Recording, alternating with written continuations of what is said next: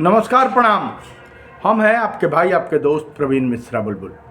बता दें, आज बिहार के शिक्षा विभाग से लेकर एक बड़ी खबर आए हैं। आज आपको बताएंगे कि नई शिक्षा नीति में कैसे जो नया ज्वाइनिंग किए हैं 2010 के बाद, उनको नई शिक्षा नीति में क्या क्या करना पड़ेगा। तो सबसे पहले गुजारिश है कि सभी लोग शेयर कर दीजिए, और जो भी नए नौकरी वाले आए हैं बीपीएससी को छोड़कर, उस सब लोगों को टेट देने की तैयारी शुरू कर देनी चाहिए। मैं बार बार कहता हूं, 16 जनवरी तक सुप्रीम कोर्ट का आदेश था कि सबका, जो लोग भी नई ज्वाइनिंग किए हैं उसका लिस्ट मांग लिया गया है केंद्र के द्वारा, और जितने ये विशिष्ट शिक्षक बने हैं सबका केंद्र ने लिस्ट मांग लिया है। चलिए, जो खबर आ रही है उसको बता दें कि भारत का राष्ट्रीय शिक्षा नीति एक शिक्षक बनने के लिए प्रथम नियुक्ति के श्री गणेश के समय 3 योग्यता की मांग करती है। आप केवल एक बार शिक्षक पात्रता परीक्षा पास कीजिए। देखिए, दक्षता और पात्रता हम बार बार कहते हैं कि अलग अलग चीज़ है। दक्षता जो है सर्विस के अंदर, सर्विस के दौरान जो परीक्षा आपने दिया है उसको दक्षता बोलते हैं। वहीं पात्रता सर्विस के पहले जो परीक्षा है, टेट परीक्षा, उसको दिया गया है। यानी कि पात्रता परीक्षा में और ये दक्षता परीक्षा में अंतर है। जो भी नई ज्वाइनिंग किए हैं उनको टेट पास करना पड़ेगा, यानी पात्रता परीक्षा देनी होगी नई शिक्षा नीति के अनुसार।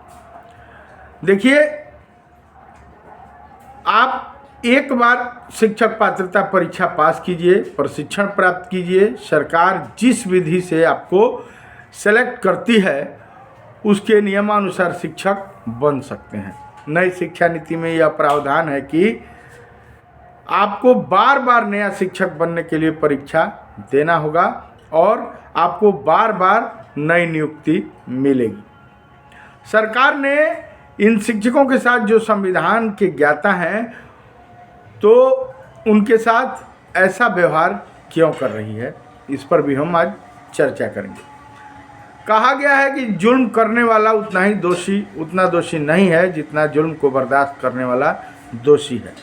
ठीक है कि सरकार तो अपने फ़ायदे के लिए काम कर रही है, आपको बार बार, आप शिक्षक हैं फिर दोबारा शिक्षक बना रही है, लेकिन कहा जा रहा है, तमाम जो ज्ञाता लोग हैं, जानकार लोग कह रहे हैं कि सरकार अपना काम कर रही है, आपको सोच समझ के अपना काम करना चाहिए।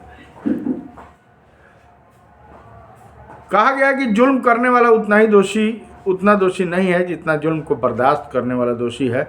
मौलिक अधिकार, सामान्य का अधिकार, समान काम समान वेतन का अधिकार, संविधान का धारा 14 और 16 एकरूपता का संदेश देती है। केवल संरक्षण या पे प्रोटेक्शन का अर्थ होता है किसी भी सूरत में नए कर्मचारियों का वेतन पुराने कर्मचारियों के वेतन से अधिक ना हो, उसके समतुल्य हो या उससे कम हो, और सरकार ने ऐसा किया। अभी 25,000 पर नियुक्त किया। राष्ट्रीय शिक्षा नीति और संविधान के किस आधार पर अपने पुराने शिक्षकों का वेतन कम किया गया, यह भी चिंता का विषय है। तमाम व्हाट्सएप ग्रुपों में ये चल रहा है। उपयुक्त नियम में केवल एक बार परीक्षा का प्रावधान है। यदि नवनियुक्त कर्मचारियों का वेतन पुराने कर्मचारियों से वेतन संरक्षण नियम वाले के अनुसार अधिक हो जाता है तो न्यायालय में एक केस और शिक्षक करेंगे। और इस कानून में संरक्षण शब्द का इस्तेमाल क्यों किया गया है, इस पर भी तमाम जो बीपीएससी टीआरई 1 टीआरई 2 के जो शिक्षक हैं वो तैयारी कर रहे हैं। जो आया हुआ है, बता दें कि SIP 20/20/2018 डेट 10/5/19 में सरकार माननीय सर्वोच्च न्यायालय में यह हलफनामा दायर की है कि पुराने सभी कैडर को मैं डाइंग घोषित करता हूँ, यानी मृत प्राय। जो भी नियोजित शिक्षक हैं वो अब नए रूप से बहाल नहीं होंगे, और जो लोग नियोजन इकाई में हैं उनसे उस नियोजन इकाई से अनापत्ति प्रमाण पत्र मांग लिया गया है, ताकि वे लोग किसी भी प्रकार से जो लड़के भीड़ के 2015 में वेतन मान जो ले लिए थे वो अब हासिल नहीं कर पाए, यानी कि वो डाइंग कैडर में घोषित कर दिया गया है। यह SIP 20/2018 डेट 10/5/2019 में यह सरकार माननीय सर्वोच्च न्यायालय में एक हलफनामा दायर की कि पुराने सभी कैडर को मैं डाइंग कैडर घोषित कर दिया हूँ। किसी भी सूरत में इससे ज़्यादा वेतन वाले कर्मचारियों का चयन नहीं करूँगा, जिसका खुलेआम उल्लंघन हो रहा है। कहने का अर्थ यह है कि जो भी BPSC TRE 1 TRE 2 वाले जो शिक्षक हैं, जिनको ये मामूली परीक्षा देकर जो लोग आए हैं शिक्षा विभाग में और जो विशिष्ट शिक्षक के नाम से अभी नौकरी कर रहे हैं, उनको अब बार बार मैं बोल रहा हूं कि जो भी TRE 1 TRE 2 TRE 3 वाले जो हैं वह तैयारी में लगे हैं, अब उन पर केस करेंगे।